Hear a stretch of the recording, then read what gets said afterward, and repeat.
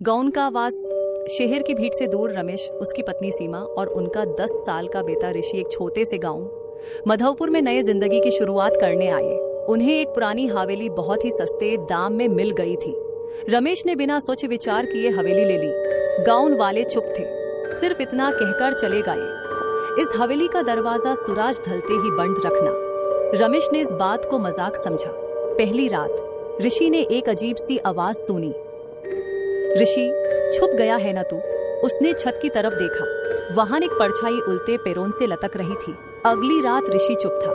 उसने अपनी डायरी में लिखा, पापा कहते हैं सब ठीक है, पर मुझे लगता है कोई मुझे यहाँ से ले जाना चाहता है। सीमा ने बर्तन धोते वक्त किसी औरत की फुफकार जैसी आवाज सुनी। वो मेरा था, उसे मत ले जाओ। उसने पीछे देखा पर कोई नहीं था। हवेली की दीवारें बिना बारिश के गीली हो रही थी। दीवार पर कुछ लिखा था, वापस लाओ। एक रात ऋषि चुपचाप बंदर घर में चला गया।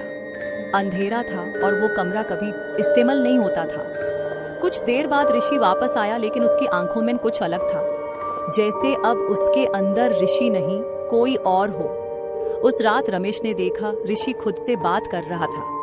मैं तो गया था, पर उसने मुझे वापस भेज दिया। दीवार पे एक छोटे हाथ का काला निशान उभर आ गया। ये नई शुरुआत नहीं थी, ये एक पुराने वास का वापस आना था। ऋषि अब वैसा नहीं रहा था। उसकी आंखों में एक अजीब सी खामोशी थी। हवेली का माहौल जैसे और भी डरावना हो गया था। एक दिन माँ ने गांव की एक बूढ़ी औरत से बात की। उस औरत ने बताया, ये हवेली पहले महेश बाबा नाम के एक तांत्रिक की थी। उसने यहाँ काला जादू किया था, लेकिन उसका एक बलिदान अधूरा रह गया था। रात को पापा ने स्टोर रूम के नीचे जमीन में एक छुपा हुआ दरवाजा देखा। उसके नीचे मिली हड्डियां, अजीब चिन्ह और एक पुराना संदूक। संदूक खोला गया। अंदर एक काली कपड़े में लिपटी गुड़िया थी और एक पुरानी तस्वीर ऋषि की, लेकिन वो तस्वीर तो सालों पुरानी लग रही थी। अगले कुछ दिनों में ऋषि का बर्ताव और अजीब हो गया। वो कोई अनजान भाषा में बोलता, दीवारों पर कुछ निशान बनाता और धूप से दूर रहता। फिर गांव के पुजारी को बुलाया गया। उसने हवेली को शुद्ध करने की पूजा की। ऋषि चीखता रहा, पर फिर अचानक शांत होकर बेहोश हो गया। पर बेहोश होने से पहले उसने कहा, एक और वास अभी बाकी है।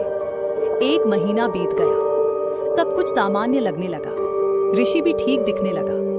एक रात माँ ने देखा ऋषि अपने कमरे में बैठा कुछ बना रहा था।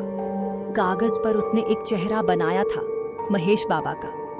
ऋषि ने मुड़कर माँ को देखा, हल्की मुस्कान दी और बोला, मुझे याद आ गया सब कुछ माँ। लाइक और सब्सक्राइब करें।